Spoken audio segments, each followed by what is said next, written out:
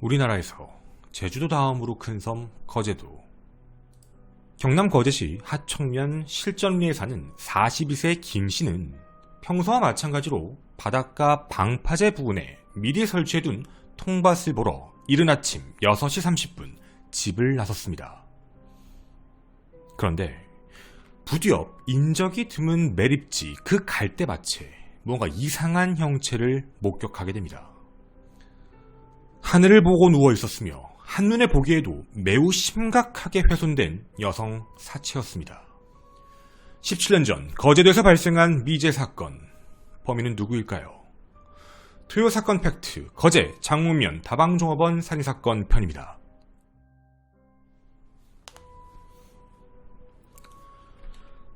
안녕하십니까. 전국 유튜브 구독자 여러분, 아프리카TV 시청자 여러분, 김원입니다. 현재와는 달리 2004년 8월 8일 당시 시신이 발견된 곳은 건물도 거의 없었고 밤이 되면 가로등조차 없어 늘 어두운 공간이었습니다. 당연히 CCTV도 목격자도 찾을 수 없는 상황이었죠. 사건 현장에 남은 시신만이 당시의 참혹함을 알려주고 있었습니다. 시신 발견 당시 옷은 그대로 입고 있었으며 양손을 위로 올린 상태였고 온몸 곳곳이 날카로운 흉기에 찔린 상태였습니다. 부검 결과 성폭행 흔적은 없었으며 양손목 동맥이 절단되어 있었고 목, 가슴 등 총 36곳의 자상이 발견되었습니다. 신원을 확인할 수 있는 유류품은 현장에서 발견되지 않았지만 길 건너편 풀밭에서 피해자 것으로 보이는 신발과 머리핀이 함께 발견되었습니다. CCTV도 없었던 어두운 공간, 시신이 말해주고 있는 그날의 참혹한 진상은 어떤 것들이 있었을까요? 첫째, 사건 현장은 지리적으로 봤을 때 모르는 사람이 진입하기 어려운 공간이었습니다. 즉 범인은 일단 이동수단이 분명히 존재하며 거제도 자체의 지리를 잘 알고 있는 사람일 확률이 높았습니다. 또한 사건 전에 비가 내린 적이 없었음에도 불구하고요, 한 가지 특징이 보이게 됩니다. 시신 근처 많은 혈액이 보이지 않았습니다. 만약 이곳이 곧 범행 현장이었다면 굉장히 많은 혈흔이 주변에 뿌려져 있었을 텐데 그렇게 많은 혈액이 주변에서 발견되지 않았다는 점은 범행을 저지른 공간과 시신을 유기한 공간 자체가 다를 수 있는 가능성을 말해줍니다. 이에 대한 근거는 또 있습니다. 시신의 모습은 방어를 하는 사람의 모습이 아닙니다. 만약 이곳에서 공격을 당한 것이라면 방어하는 자세, 웅크리는 자세의 모습이어야 하는데 모습 자체가 하늘을 위로 손을 뻗고 있는 유기의 모습이 보이고 있습니다. 즉 범인은 이곳의 시신을 유기하고 신원을 확인할 수 있는 유류품을 모두 가져간 뒤 별도의 물건들을 길 건너편에 버리고 도주한 모습으로 보여집니다. 두 번째, 바로 오버킬입니다. 실제 범인은 기괴할 정도로 심각한 공격을 가했지요. 특히나 양손의 동맥을 절단했다는 것은 피해자를 확실하게 죽이겠다는 점으로 보입니다. 일단 오버킬의 경우 면식 관계에서는 원한, 치정 문제를 가장 많이 언급하며 비면식범이라면 정신 이상자의 소행 혹은 사이코패스의 범죄로 많이 판단합니다. 셋째, 피해자는 현장에 다잉 메시지를 남겼습니다. 오른손에서 길이 15cm, 혈흔이 다량 묻어있는 연한 갈색의 모발 5점을 발견하게 됩니다. 이에 대해 최초 피해자의 것이 아니냐라는 의심도 있었습니다. 하지만 학자들은 입을 모아 이렇게 말씀하십니다. 어떤 피해자가 자신을 공격하고 있는 상황에서 자신의 머리를 잡겠느냐. 분명 범인의 머리일 확률이 높다라는 점이었죠. 내용은 당시의 기록에서도 확인이 됩니다. 특이한 점은 모근은 관찰되지 않았다라고 쓰여 있었죠. 자, 그런데 여기서 문제가 하나 생깁니다. 분명 흔적이 있었습니다. 범인을 찾을 수 있는, 어쩌면 그 머리카락을 대상으로 알아낼 수도 있었다라는 것이죠. 그리고 길이가 15cm 정도 되는 모발이었다라고 판단했을 때 혹시라도 범인이 가해자가 여성일 확률에 대한 부분도 의심을 해볼 수 있었습니다. 그런데요, 저 수사 자료에는 딱 저기까지가 끝입니다. 왜 그랬는지 모르겠지만 경찰은 저 모발이 피해자의 것인지 아니면 범인의 것인지 제3자의 것인지 DNA가 어떻게 나왔다라든가 어떤 것도 확인하지 않았습니다. 범인을 잡을 수 있는 하나의 증거가 그렇게 사라진 상황이죠. 경찰은 지문을 토대로 실종자의 신원을 판단하게 됩니다. 그리고 당시 실종자에 대한 정보를 알 수 있게 되죠. 내용은 이렇게 적혀 있었습니다. 키 155cm, 단발머리. 상의는 하늘색 니트, 하의는 검정 바지, 갈색 핸드백을 소지하고 있었다. 2004년 8월 8일 새벽 6시 20분, 거제시 하청면 소재 인근 매립지에서 변사체로 발견. 2004년 8월 5일 밤 11시 50분에서 8월 6일 새벽 2시 사이, 거제시 옥포동에 있는 모 호텔 맞은편 국도에서 하천, 장목방명으로 위 사람을 택시로 태워준 사람, 목격한 사람을 신고해달라는 내용이 함께 공개됩니다. 피해자는 장목면에 있는 모 다방에서 일한 황모 씨였습니다. 실제 황 씨는 사망하기 15일 전부터 이 다방에서 일을 하기 시작을 했는데요. 2004년 8월 5일, 새로운 다방 주인과 황 씨는 다방을 계약한 이후 둘이 함께 청소를 하고 마감 준비를 하고 있었습니다. 마감 준비가 끝난 후 고단했던 일상을 뒤로하고 둘은 함께 술을 마시게 됐죠. 그 이후 다방 사장이 알고 있던 김모 씨에게 연락을 해 함께 차량으로 태워달라라는 요청을 하게 됩니다. 장목면에 있는 집까지 직접적으로 가는 버스가 없었기 때문에 같이 가는 길이니 함께 태워달라라는 내용이었죠. 그런데 집으로 잘 가고 있던 도중 황 씨가 이내 이런 이야기를 합니다. 나 지금 내려야 될 것 같다. 장목면으로 가는 게 아니라 장승포 방향으로 가야 될 것 같다라고 이야기를 했죠. 그 이유가 있었습니다. 누군가와 이전 통화를 하고 있었는데 약간 싸우는 듯한 억양이었다라고 기억을 하고 계십니다. 이들은 위에 말씀드렸던 모 호텔, 그곳에서 황 씨를 내려다 주고 그녀를 본 게 마지막이었습니다. 그리고 사흘 뒤 매립지에서 시신으로 발견된 것이었죠. 용의자는 누가 될까요? 우리는 모두 똑같은 생각을 하게 될 겁니다. 그날 전화를 한 사람, 그 사람이 가장 중요할 겁니다. 일단 경찰은 당시 황 씨에 대한 주변 조사를 먼저 시작을 합니다. 2번 이혼을 하고 거제도 사람이 아니었음에도 불구하고 돈을 벌기 위해 거제도로 내려와 가족의 생계를 책임지고 있던 피해자였습니다. 주변에서 인기가 많아 손님이 굉장히 많아 굉장히 집착하는 손님들도 있었고 적대시하는 손님들도 많이 있었다는 게 당시의 진술, 주변 진술 내용이었습니다. 언성이 높아졌던 그 남자, 그 사람은 누구였을까요? 당시 참고인 진술 내용을 확인해 봤을 때 한 남자가 포착됩니다. 2번 통화를 한 남자인데 그 남자 이름은 50대 노 씨였습니다. 경찰은 우선 노 씨를 용의선상에 올리고 그의 알리바이에 대해 집중 추궁을 합니다. 그런데 그는 이렇게 이야기를 합니다. 자신이 황 씨를 좋아했던 거 사실이다. 다방에 많이 가서 추근덕거린 것도 사실이다. 그런데 자기를 뭔가 영업만 하고 평상시에 연락을 잘 안 받아서 말다툼이 있었던 것도 사실이다. 그런데 그날 자신은 황 씨를 만나지 못했다라고 진술합니다. 회사 숙소에서 통화를 하고 자신은 잠을 잤지 따로 만나러 나간 적이 없었다라는 내용이었죠. 경찰은 이 알리바이에 대해서 조사를 해봤는데 그는 확실히 바깥으로 나간 적이 없었습니다. 그녀는 분명 통화를 하고 누군가를 만나기 위해 차에서 내렸습니다. 그리고 그 이후 사라졌지요. 만난 사람이다 라고 생각했던 사람은 만난 적이 없다라고 이야기했고 그건 분명 정확한 사실이었습니다. 그러면 여러분께 역으로 여쭤보겠습니다. 주변 인물에서 나오지 않으면 그녀를 사라지게 한 사람은 누가 될까요? 가능성은 단 한 가지밖에 없을 겁니다. 황 씨는 차에서 내리기 전 이런 말을 했다고 합니다. 택시가 잘 설 것 같은 곳에 내려달라. 즉 그녀는 택시를 타고 이동할 생각이었습니다. 그럼 분명 그 호텔에 내려 반대편으로 향한 뒤 그녀는 택시를 잡아탔을 확률이 가장 높았을 것이죠. 경찰은 이를 토대로 택시기사로 상대해 확대 수사를 시작을 합니다. 그런데 30일 무렵 국가서에서 한 가지 연락이 옵니다. 피해자의 손톱에서 혈흔이 묻어 있었는데 그곳에 하나의 DNA가 검출됐다. 국가수가 발견한 건 손톱 및 혀를 속에 남성의 염색체인 Y 염색체가 검출되었다라는 내용이었습니다. 자, 이 내용에 대해 좀 사족을 달자면 여성의 DNA는 XX로 나오게 됩니다. 남성은 X와 Y로 나오게 되죠. 그래서 당시의 기술력으로 혈액이 뭔가 섞여있고 탈기나 체액이 섞여있다라고 보게 되면 우선 X는 겹치기 때문에 Y 염색체의 유무를 먼저 따진다고 합니다.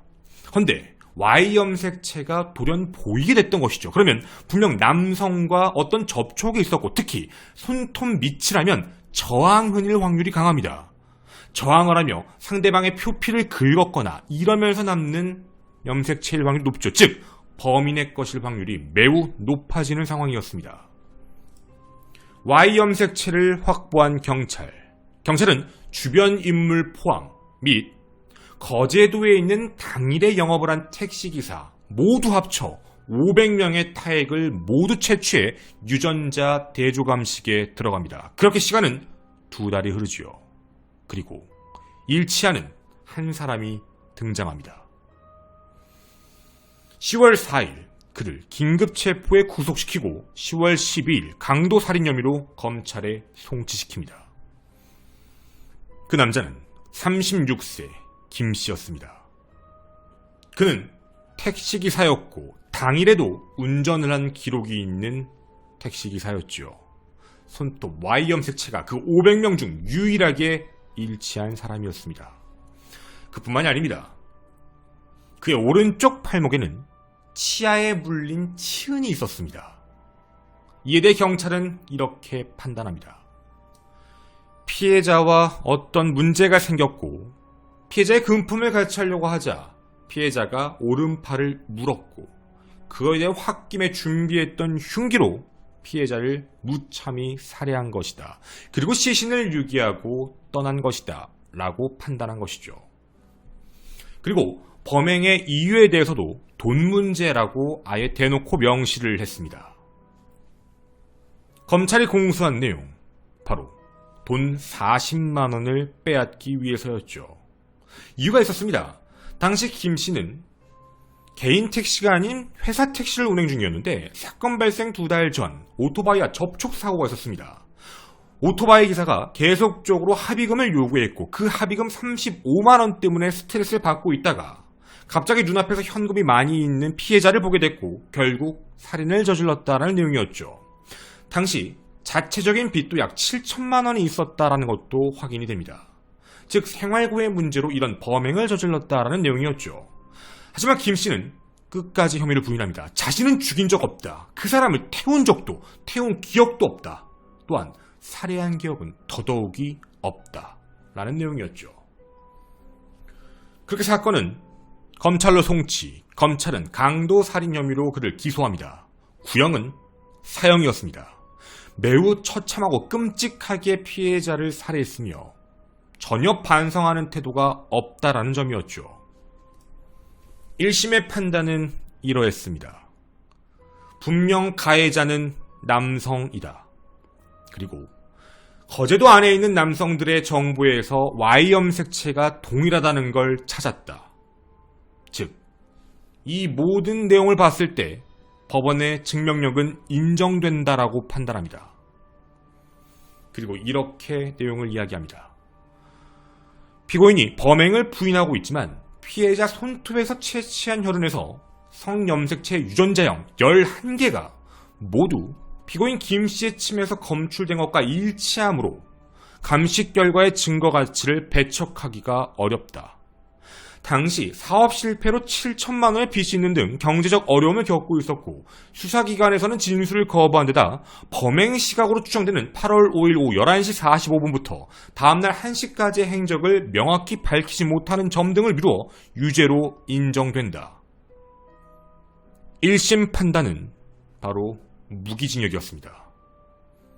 그는 그렇게 구속 수감이 됩니다. 그런데요, 이 사건에 대해 김 씨는 항소를 하게 됩니다. 억울하다는 내용이었죠. 자신은 절대로 그런 적이 없다라는 내용이었습니다.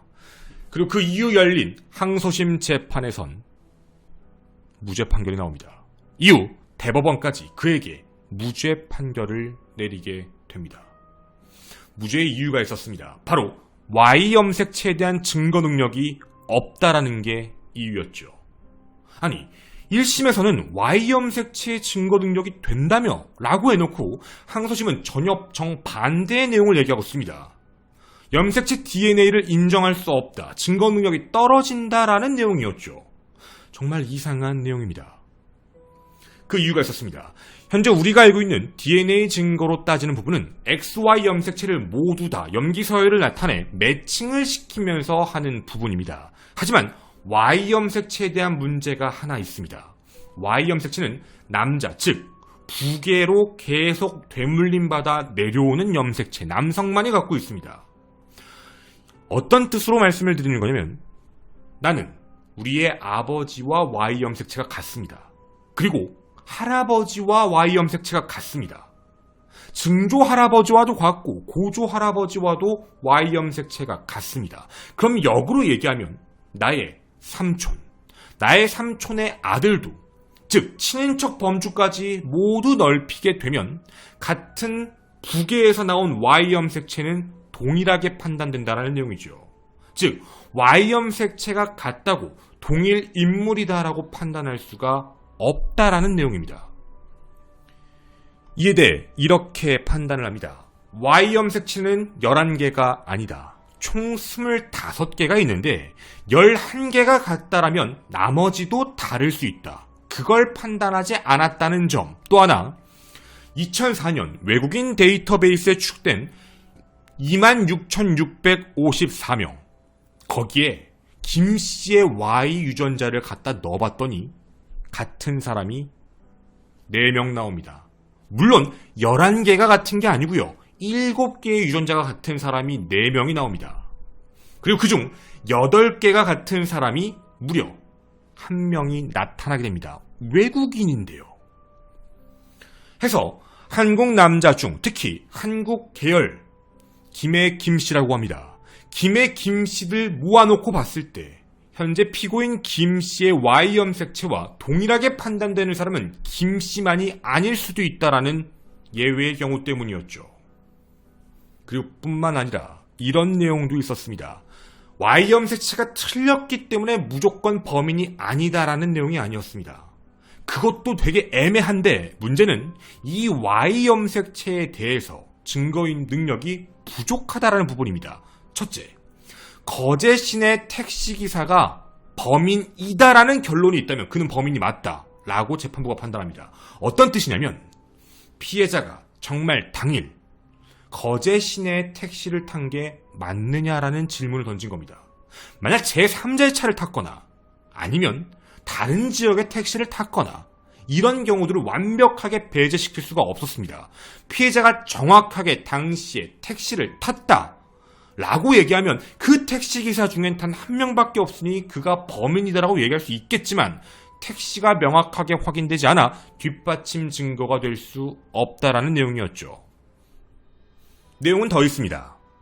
사건 현장 주변을 봤는데 혈흔도 없고 돌조각 2점 일부에서만 혈흔이 찍혔다는 거 보면 범행 현장이 이곳이 아닌데 그 범행 현장이 어딘지도 검찰은 제시하지 못하고 있으며, 또 하나 사건 범행 현장이 어딘지 모른다는 얘기는 피해자가 언제 사망했는지 알 수 없다라는 내용으로 귀결된다는 부분입니다. 당시 부검 결과에 보면 8월 5일 밤 11시 50분 당시에 먹었던 음식물이 있다라고는 추측이 되지만 문제는 혈중 알코올 농도가 문제가 있었습니다. 그녀가 당시에 먹었던 술의 양보다 부검 결과에 나왔던 혈중 알코올 농도가 0.2%가 넘어 완전 만취 상태로 보였던 것이죠. 그러면 한 가지 가능성이 있다는 겁니다. 그녀는 어떤 차를 타고 아니면 누군가와 연락을 해 어떤 차량에 탑승을 했고 그 탑승을 한 사람과 술을 더 마시다가 그 사람에게 어떤 현장에서 살인을 당하고 이후에 시신이 이곳으로 옮겨졌을 가능성에 대해 배제할 수 없다라는 부분입니다. 즉 Y 염색체 하나만을 놓고 본다 하더라도 그가 범인이다라고 특정하기에 정황이 완벽하게 맞아떨어지지 않는다라는 내용이었죠. 물론 이에 대해 검찰 측은 이렇게 이야기를 했습니다. 당시 자신들의 조사에서 피고인 김씨와 동일 부계, 즉 친척 포함이겠죠. 동일 부계에 속하는 7촌 이내의 혈족을 전부 조사했다. 그중 범행 현장인 거제에 거주하는 자가 없고, 그리고 그들 중에 거제시를 방문한 적도 아무도 없는 것으로 밝혀진다. 그렇게 따지면 그가 범인인 게 아니냐라는 게 검찰의 입장이었습니다. 하지만 변호인은 분명 반박을 했죠. 김의 김씨다. 전국에 있는 모든 김의 김씨를 따진 건 아니지 않느냐 해서 7촌 안에 있는 사람을 따졌다고 모든 경우의 수가 지나간 건 아니다 라고 이야기를 하게 됩니다. 즉 혈흔의 소유자인 남성과 김의 김씨였던 피고인 김씨가 같은 북의 혈족이라는 게 완벽히 입증되지는 않는다는 내용이죠. 결국 이 사건은 대법원까지 무죄 판결이 나오게 됩니다. 궁금하실 겁니다. 그거 말고 머리카락도 있었잖아. 검사를 안 했습니다. 아니, 치은도 있었잖아. 대조하지 않았습니다. 당시 이 사건이 발생한 이후 범인의 검거를 못하고 있던 경찰, 국가수에서 Y염색체가 확보됐다라는 명칭을 듣자마자 500명을 대상으로 그 염색체 하나에만 집중하기 시작합니다. 그리고 그 안에서 한 명이 일치하는 게 나타나자마자 이미 범인은 그 사람으로 결정이 나게 됐죠.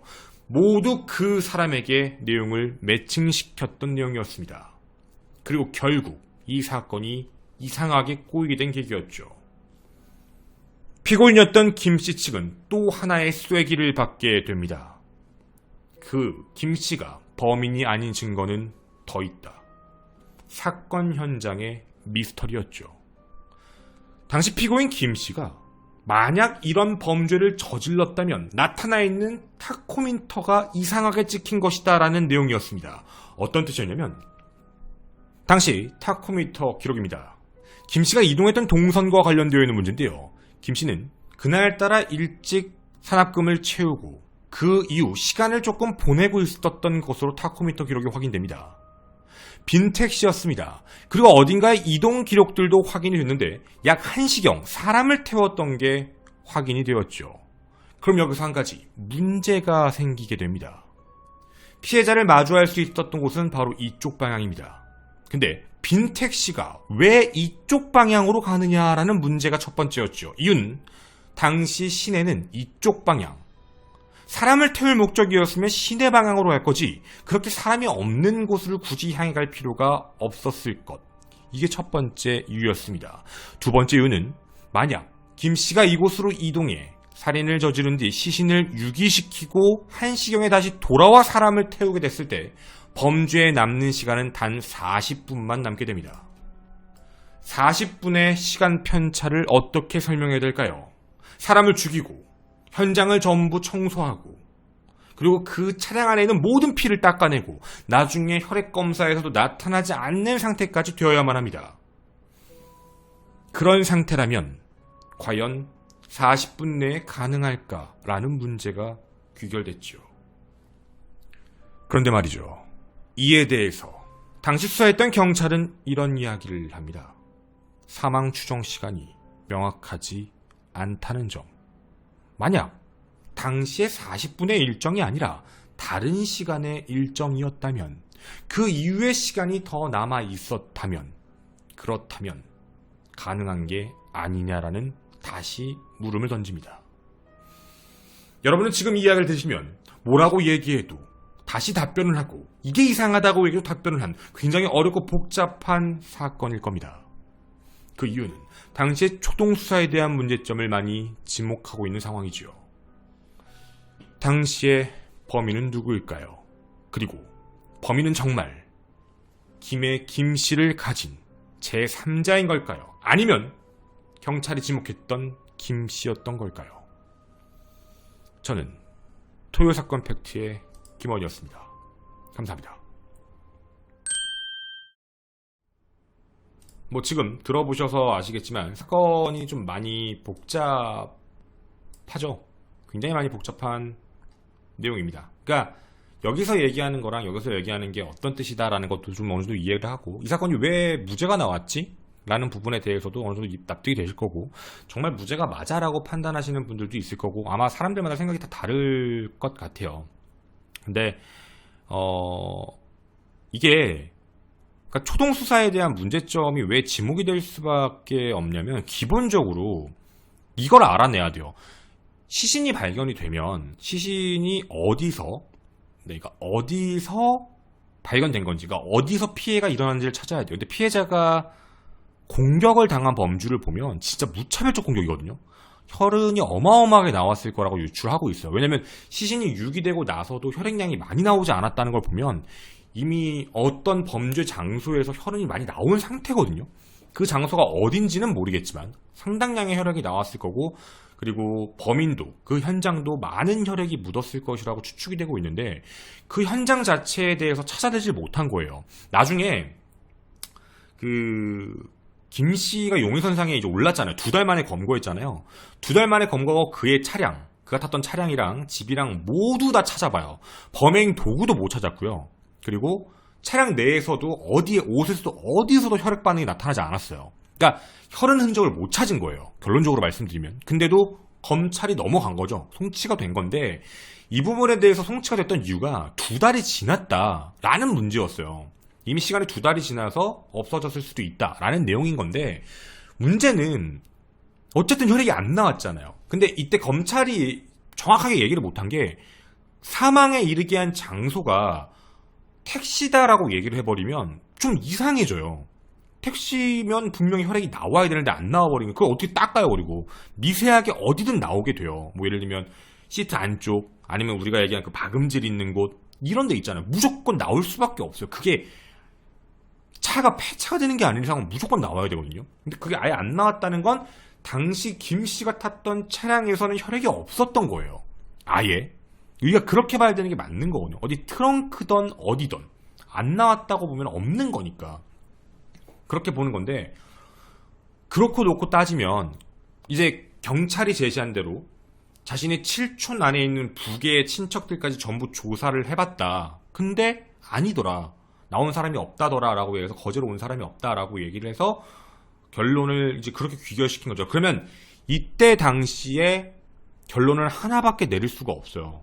뭐 크게 나누면 2가지인데, 첫째, 피해자가 당시에 차를 탄 게 택시가 아닐 확률인 거예요. 아니면 다른 지역 택시거나 택시가 아닐 확률인 거예요. 뭐 호위동승을 했거나, 그러니까 어떤 뜻인지 아시겠죠? 그러니까 택시를 타려고 내려서 갔던 건데, 막상 거기서 택시가 뭐 생각보다 오지 않았거나 해서 뭐 다른 사람의 차를 탔거나 뭐 이랬을 가능성에 대한 부분이 분명히 존재하는 거고, 2번째는 거제도 택시일 확률일 수도 있는데, 이게 옛날에 이게 좀 문제예요. 이게 좀 서울도 그렇지만 좀 지방에서 가장 큰 문제가 생겼던 게 뭐냐면, 옛날에 불법 택시 운영들이 좀 있었어요. 그러니까 불법 택시 운영이 뭐냐면, 택시 그 면허가 없는데, 그 택시 그 기사가 아닌데 산납금을 채우거나 이런 거니까 택시를 그냥 돌리는 거 있잖아요. 그러니까 요즘에는 안 그러는데, 옛날에는 택시를 타면 앞에 붙여있는 사람 얼굴하고 이 사람하고 다른 사람인 거야. 다른 사람. 그래서 그런 걸로 해가지고 사건 터진 거 꽤 있었잖아요. 예전에도. 뭐 청주에서도 있었고. 그래서 이것도 사실 그런 사건과 관련된 부분이 아니냐라는 의구심을 되게 많이 던졌어요. 근데 좀 진짜 좀 이상한 부분인데, 내려준 시간 11시 50분이요. 그러니까 좀 뭐라고 할까, 그 좀 이상하다라고 우리가 판단을 하는 부분이, 이 사람이, 그러니까 피해자를 거기다가 누군가의 호위동성하고 뭐고 누군가의 차를 타고 이동을 했다라고 봤다고 하더라도, 그 사람도 김씨의 염색체 갖고 있다는 얘기예요. 이건 사실인 거야. 그러니까 그 김씨였던 근데 여기도 중요한 건, 그 사람이 또 김씨인지 아닌지도 좀 모르죠. 사실은 모든 김씨가 Y 염색체가 같을 수는 없어요, 여러분. 그건 아시죠? 옛날에 우리나라 성이 약간 옛날에 좀 이게 좀 왔다 갔다 바뀌어가지고 막 사고 막 이런 것들도 있고 이래서, 사실 무조건 김씨라고 할 수는 없어요, 여러분. 그러니까 어쨌든 지금 우리가 용의자라고 얘기했던, 경찰이 용의자로 선생님 올렸던 김씨 있죠. 그 사람하고 먼 친척 관계인 사람이 범인이에요. 이렇게 놓고 보면 먼 친척 관계, 진짜 머나먼 친척 관계일 확률이 있다는 얘기거든요. 그러니까 좀, 근데 그런 사람이 그 현장에 와가지고 범인은 저질렀는데 하필 우연히 택시를 탄다고 해서 피해자가 사라져서 택시기사를 돌려봤더니 그게 같은 사람이 나온 거야. 한 명. 그것도 단 한 명 나온 거야. 그 거제시에 있는 모든 택시기사님 중에 단 한 명. 그렇게 나왔다라는 문제가 되는 거잖아요. 그러니까 이게 진짜 복잡해지는 거예요. 이게 우연이라고 치면 정말 이상하죠? 우연이라고 쳐도 이상하고, 맞다고 해도 좀 이상하고. 이때가 외부인일 확률에 대한 문제도 언급을 잠깐 드렸던 이유가 뭐였냐면, 외부 택시. 이유가 뭐냐면요. 여기가 이제 그 거제도 진입하는 데예요. 위에 보시면. 물론 뭐 여기까지 진입할지 모르겠지만. 근데 여기가 이때 사건 발생이 8월 달이어서 여름휴가철이었거든요. 그래서 이때 택시들이 굉장히 많이 활발하게 움직이고 다녔대요.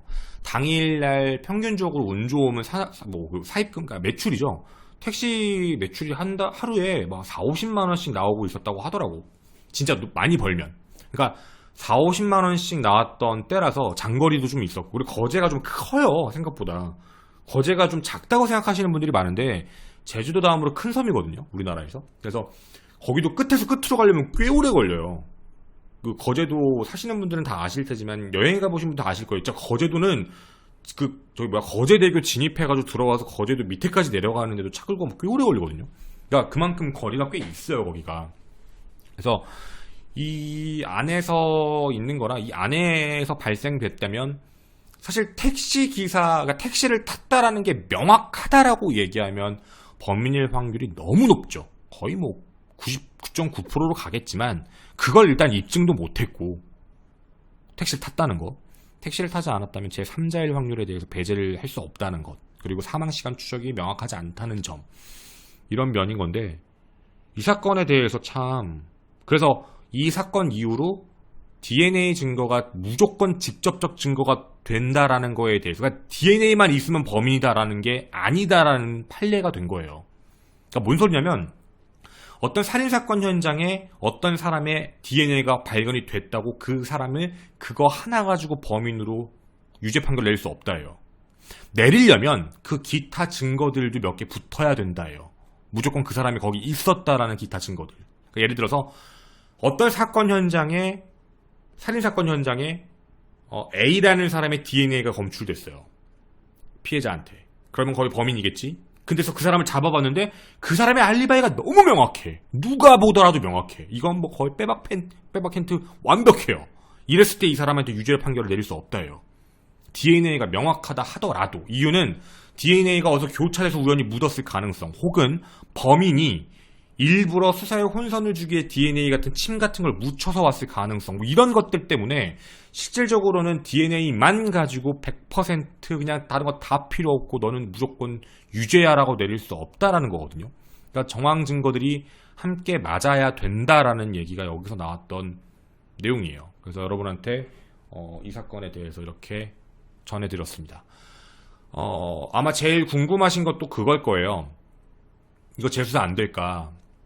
경찰은 재수사에 대한 의지가 없다는 것 같아요. 왜냐면 뭐 다른 증거가 없지 않느냐라는 거고요. 시료가 거의 안 남아있는 걸로 알고 있고요. 당시 DNA 시료에 대한 거 거의 안 남아있는 걸로 알고 있고, 그리고 아직 그 사람이 범인이라고 판단하고 있는 것 같아요. 그러니까 그들의 입장은 법이 죄를 묻기에 부족하다고 얘기한 거지, 그 사람이 완전히 이 사건과 무관하다고 얘기하는 건 아니다 라는 식에 대해서 얘기를 하더라고요.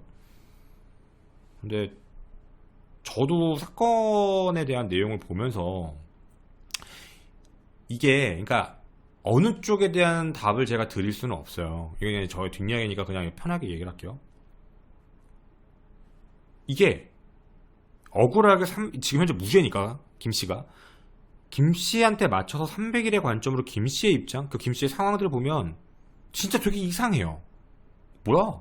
라는 느낌이거든요. 근데 재판부와 검찰이 제시한 자료들을 보게 되면 또 뭐야? 라는 생각이 들어요. 그러니까 법적으로 무죄를 내리는 걸 알겠다라는 그 마음은 저는 이해가 갔는데 정말 확률적으로 이상한 확률이긴 해요. 그죠? 정말 이게 어떻게 이런 확률이 있지 싶을 만큼 이상한 확률이 나와버린 거라서 참 답답한 내용이 됐던 거죠. 네. 그래서 여러분께 이 내용에서 전달해드렸고 여러분의 생각도 함께 기다리도록 하겠습니다. 감사합니다.